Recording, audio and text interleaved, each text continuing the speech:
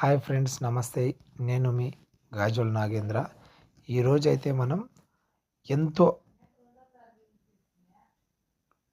ప్రఖ్యాతిగాంచిన శ్రీరంగపట్నం దేవాలయాలకు మరియు చరిత్రకు, ప్రకృతి సౌందర్యానికి ప్రతిరూపమైన శ్రీరంగపట్నంలో అయితే ఉన్నాము. ఇక్కడ చూడవలసిన ప్లేసెస్ అయితే చాలా ఉన్నాయి. ముఖ్యంగా మనమైతే ఇక్కడ శ్రీ రంగనాథ స్వామి వారి దేవాలయాన్ని అయితే మనం దర్శించుకునేందుకైతే వచ్చాము. ఓం నమో నారాయణాయ నమః.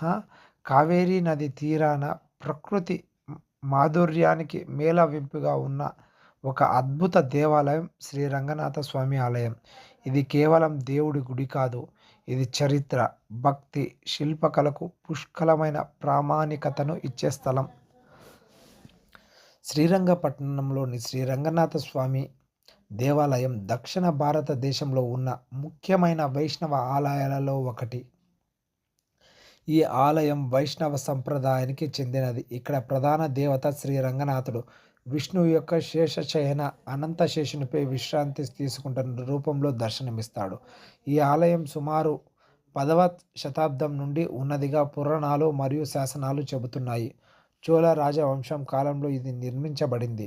తర్వాత హోయసాలలో విజయనగర సామ్రాజ్యం మరియు మైసూర్ వడయ్యర్ రాజులు దీన్ని అభివృద్ధి చేశారు. ఆలయ నిర్మాణం శుద్ధ ద్రావిడ శైలి కలిగి ఉంది. రాయి తలుపులతో చేసిన గోపురం, కలవరించని కలువ, తలతలుపు బొమ్మలతో తయారైన శిల్పాలు ఇందులో విశేషం. ఆలయ ప్రవేశ ద్వారం చాలా ఎత్తుగా ఉంటుంది. దీనిని రాజగోపురం అంటారు. ఇది సుమారు 100 అడుగుల ఎత్తు కలిగి ఉంటుంది. ఆలయ ప్రాంగణం లోపల ఉన్న మండపాలు, వాటిలోని ఖడ్గం పట్టిన వరాహ రూపం, నరసింహుడు, లక్ష్మీదేవి బొమ్మలు అద్భుతంగా శిల్పించబడ్డాయి.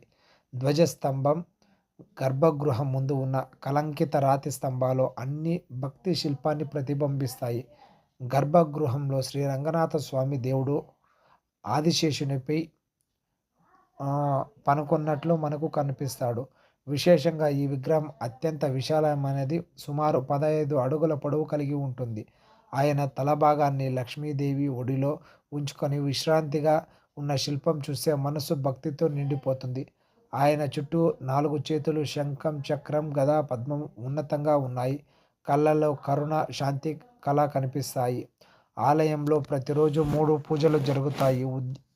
ఉదయం, మధ్యాహ్నం మరియు సాయంత్రం. ప్రత్యేకంగా బ్రహ్మోత్సవం, రథోత్సవం, వైకుంఠ ఏకాదశి పండుగలు ఎంతో ఘనంగా జరుగుతాయి. శ్రావణ మాసంలో వచ్చే రంగ పూజలు, భక్తుల తల మీదుగా ప్రసాదం వేసే ఉత్సవాలు భక్తుల ఉత్సాహాన్ని రెట్టింపు చేస్తాయి. రాత్రి సమయంలో ఆలయ ప్రాంగణం దీపాలతో వెలిగే తీరును చూస్తే మనసు చాలా ఆహ్లాదకరంగా ఉంటుంది. ఆలయాన్ని చుట్టూ కొలిచే ప్రాచీనం రాతి గోడలు, ధార్మిక శిల్పాల డిజైన్లు ఇది చరిత్రలో ఎంతో గొప్ప ప్రదేశమో చెబుతున్నాయి. ప్రాంగణంలో చిన్న చిన్న ఆలయాలు ఉన్నాయి. గరుడల్వార్, రామానుజాచార్యుల విగ్రహాలు, లక్ష్మీదేవి సన్నదులు. కొన్ని శాసనాల ప్రకారం శ్రీ రంగనాథ స్వామి ఆలయం తిరుచి శ్రీరంగం, శ్రీరంగపట్నం, శివసముద్రం అనే 3 రంగ ఆలయాలలో మధ్యవైపు స్థానం కలిగినది. అందుకే దీన్ని అంతర్యామి రంగం అని కూడా పిలుస్తారు. ఈ ఆలయాన్ని సందర్శించడం ద్వారా మన హృదయం భక్తితో నిండిపోతుంది.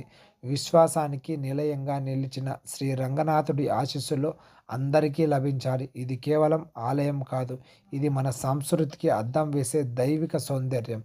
ఇంకా మన యొక్క ఈ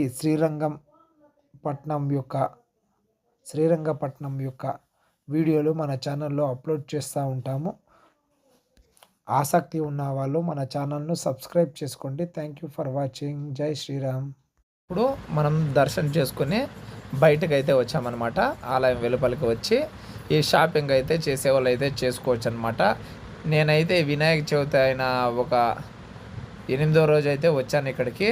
ఇంకా వినాయకుని అయితే అట్లే పెట్టుకున్నారు. ఇంకా జలిది నిమజ్జనం కార్యక్రమం అయితే చేయలేదు. తర్వాత వచ్చి ఆలయం ముందరే ఉన్న ఆ మహాదేవుని దేవాలయాన్ని అయితే దర్శించుకున్నాను. క్షణకాంబిక అమ్మవారు, మహాదేవుడు కొలువైనారనమాట. ఇక్కడ ఇది కూడా పురాతనమైన దేవాలయమే.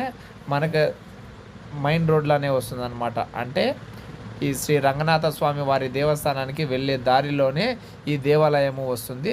దీన్ని కూడా చూడండి, చూసి ఆనందించండి. ఆ స్వామివారి కరుణా కటాక్షం మీపై, మీ కుటుంబ సభ్యులపై, అందరిపై ఉండాలని మరొక్కసారి కోరుకుంటున్నాను. ఆ అమ్మవారి అనుగ్రహం మీపై కలగాలని కోరుకుంటున్నాను. చూడండి, నైట్ వ్యూ అయితే ఈ విధంగా ఉందన్నమాట. ఇది ప్రధానమైనటువంటి రంగనాథ స్వామి వారి దేవస్థానానికి కేవలం 1 కిలోమీటర్ కూడా దూరం లేదు, ఇంకా దగ్గరగానే ఉందన్నమాట. క్షణికాంబిక అమ్మవారి దేవస్థానం అయితే వెళ్ళామన్నమాట. స్టార్టింగ్ ఎంట్రన్స్ ఇట్లా ఉంటుంది, మెయిన్ రోడ్ పక్కలానే ఉంటుందన్నమాట. తర్వాత ఇక్కడి నుండి లక్ష్మీదేవి అమ్మవారి దేవస్థానము, అలాగే మారెమ్మ శ్రీ లక్ష్మీదేవి దేవస్థానం అంట. ఇద్దరు అమ్మవార్లు ఇక్కడే ఉన్నారు. స్టార్టింగ్లో మారెమ్మ ఉంది, లోపలైతే లక్ష్మీదేవి అమ్మవారు కనబడుతూ ఉంది కదా. మీకు ఇంకా దగ్గరగా చూపిస్తాను చూడండి. శ్రీరంగపట్నంకు వచ్చే ప్రతి ఒక్కరూ ఈ లక్ష్మీదేవి అమ్మవారి దేవస్థానాన్ని అయితే దర్శించండి. చాలా బాగుంటుందన్నమాట అమ్మవారి దేవాలయం అన్నమాట. చూడండి, అమ్మవారు ఓం శ్రీ లక్ష్మీదేవి అయి నమః. ఆ అమ్మవారి అనుగ్రహంతో మీ కుటుంబంలో సిరి సంపదలు కలగాలని కోరుకుంటున్నాను. ఆ అమ్మవారి అనుగ్రహం అందరిపై, కష్టపడే అందరిపై ఉండాలని మరొక్కసారి కోరుకుంటున్నాను. చూడండి, ఓం ఆదిలక్ష్మీ నమః, ధాన్యలక్ష్మీ నమః, వీరలక్ష్మీ నమః, ధనలక్ష్మీ నమః, ఐశ్వర్యలక్ష్మీ నమః, ధనలక్ష్మీ నమః, శ్రీలక్ష్మీ నారాయణాయ నమః.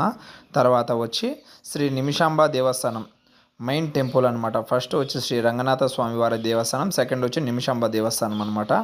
ఇక్కడ ఏమైనా కోరికలు కోరుకుంటే 1 నిమిషంలోనే తీరిపోతుంది అని భక్తుల యొక్క ప్రగాఢ విశ్వాసం అనమాట. భక్తులు అయితే ఎక్కువ మంది అయితే ఉన్నారనమాట. నేనైతే నైట్ ఇంక గుడి క్లోజింగ్ టైంలో అయితే వచ్చాను కాబట్టి మొత్తం ఖాళీగా కనబడుతూ ఉంది. అయితే నాకైతే 5 మినిట్స్లోనే దర్శనం అయిపోయిందనమాట. చూడండి, ఈవినింగ్ 5 to 6:30 అని ఉంది, కానీ నైట్ 8 వరకు ఓపెన్లోనే ఉంటుందన్నమాట. మీరు ఒకసారి కనుక్కొని అయితే ఈ అమ్మవారిని అయితే దర్శించుకోండి. పక్కలానే కావేరీ నది కూడా వెళ్తూ ఉంటుందన్నమాట.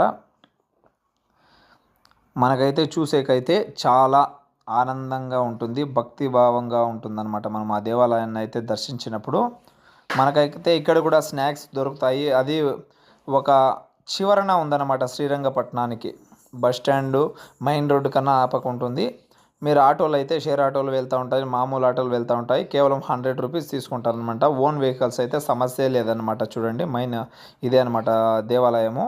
ఇక్కడ మహాదేవుడు కూడా కొలువై ఉన్నాడు, విఘ్నేశ్వరుడు ఉన్నారు. చూడండి, నిమిషాంబ అమ్మవారి దేవస్థాన గోపురం అనమాట. ఇలాంటి మరెన్నో వీడియోలకు మన ఛానల్ను లైక్ చేయండి, షేర్ చేయండి, సబ్స్క్రైబ్ చేయండి. Thank you for watching. జై శ్రీరామ్.